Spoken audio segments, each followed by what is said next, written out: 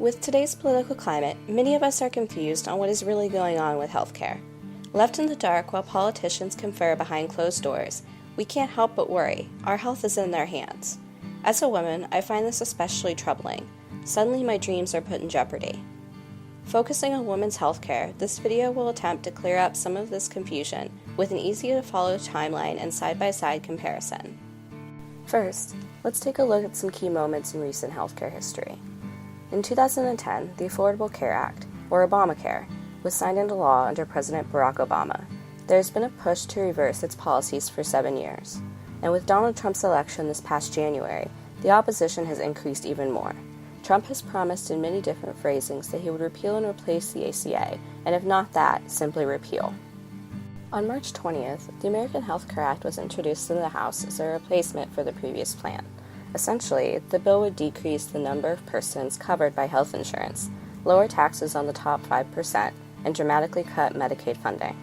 The bill passed in the House on May 4th with a vote of 217 to 213. As a response, the Senate drafted the Better Care Reconciliation Act, which maintains the backbone of the House bill with a few edits. The third draft of the bill was rejected in the Senate in July with a vote of 57 to 43. 9 Republicans were opposed. Because of this conflict, Republican senators moved to the skinny repeal, which would get rid of some of the main parts of the ACA.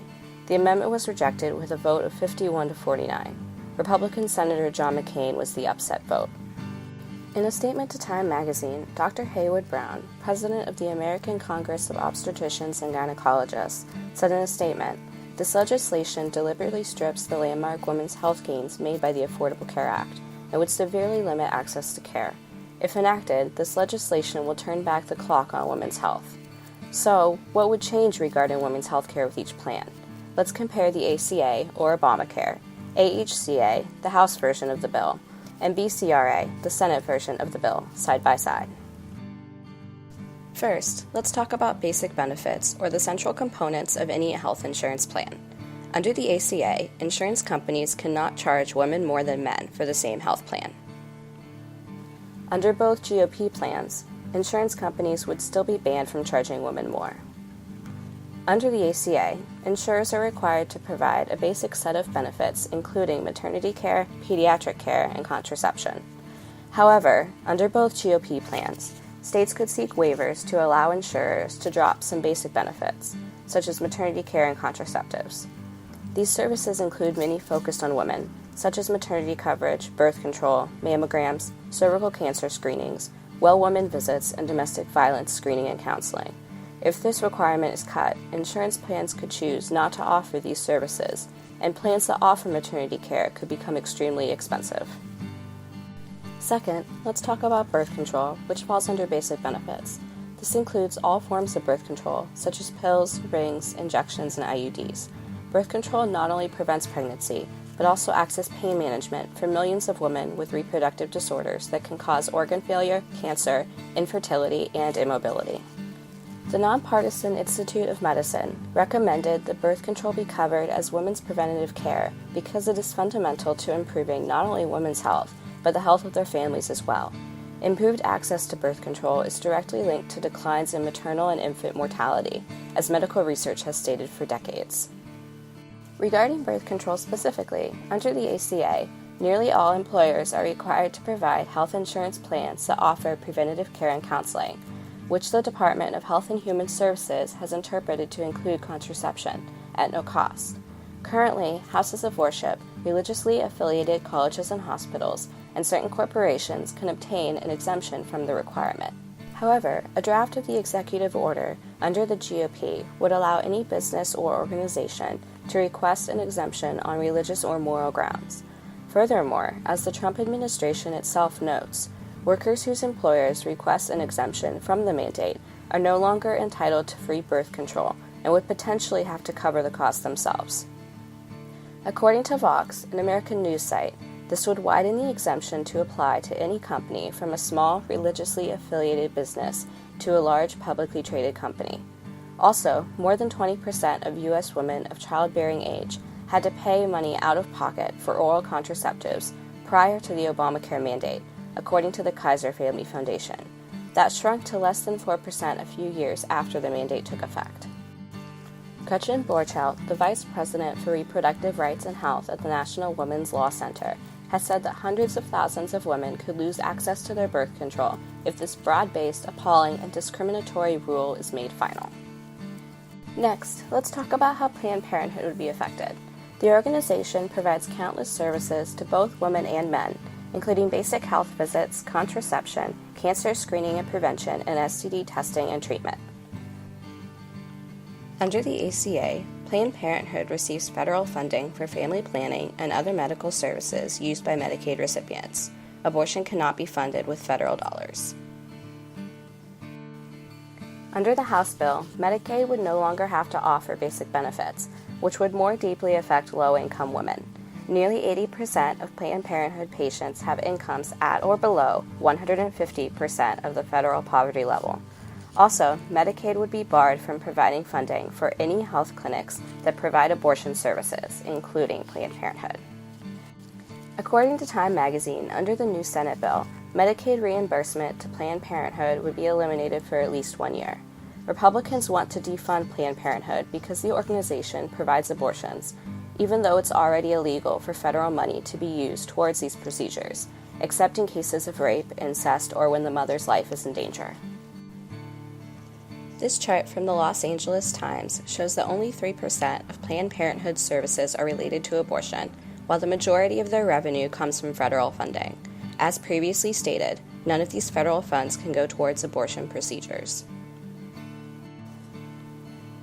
According to the New York Times, about half of the 2.5 million patients who visit Planned Parenthood centers every year, and about 20% of women of reproductive age nationwide, rely on Medicaid for their health coverage.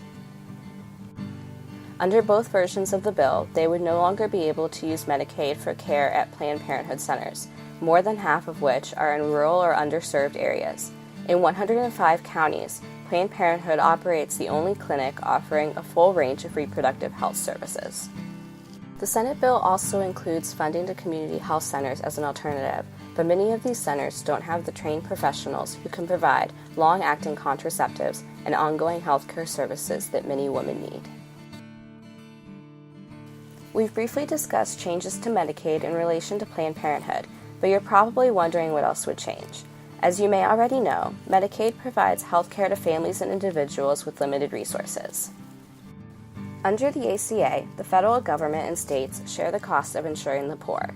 The amount of money that Washington gives each state varies depending on how much medical care that state's Medicaid patients receive. Also, the federal government is picking up almost the entire cost of expanding Medicaid coverage to low-income adults without children in the 30 states and the District of Columbia that have chosen to expand their programs.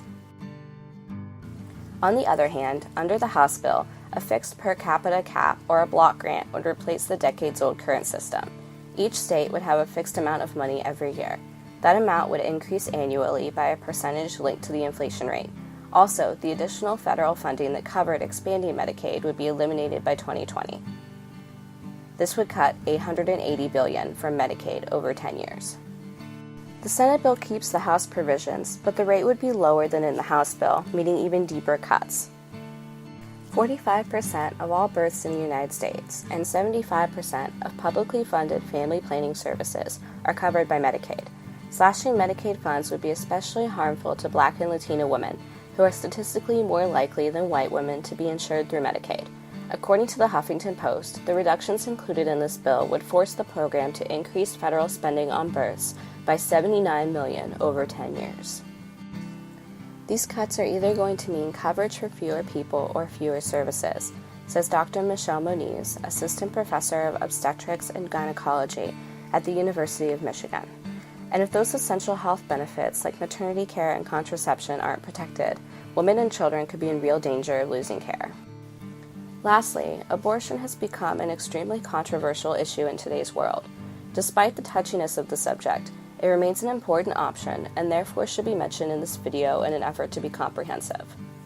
Under the ACA, as previously stated, federal funds cannot be used for abortion coverage or care. Also, health plans cannot be required to cover abortion. The GOP plan, however, bars anyone from using federal subsidies to buy insurance that covers abortion. It also bars small employers from using tax credits to pay for plans that cover abortion for their employees. Most insurers would likely drop abortion coverage, and the few plans that did cover abortion would become prohibitively expensive.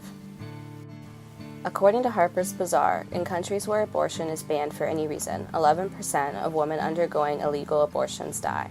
Today, in the United States, women experience complications from safe, legal abortion less than 1% of the time. And whether or not anyone talks about it, it's a common medical procedure. 30% of women in the U.S. have had a safe, legal abortion. More troublingly, the United States is a place where having a baby means risking your own life, as our maternal mortality rate is the highest in the developed world. The maternal mortality rate in the United States is, according to a study published in Obstetrics and Gynecology, now 24 in every 100,000. For perspective, if that does not seem like a significant enough number to cause concern, the odds of being an American killed in a terrorist attack by a foreign-born individual are 1 in 3.6 million. So, where do we stand now? The public remains divided on healthcare, with the majority saying that the Affordable Care Act is a good idea in a recent Wall Street Journal NBC News survey. It seems like we just have to wait and see. As of July 28th, following the rejection of the skinny repeal, the BCRA has been returned to the Senate calendar for further discussion. Thanks for watching. You can keep up with healthcare policies at the following link for congress.gov.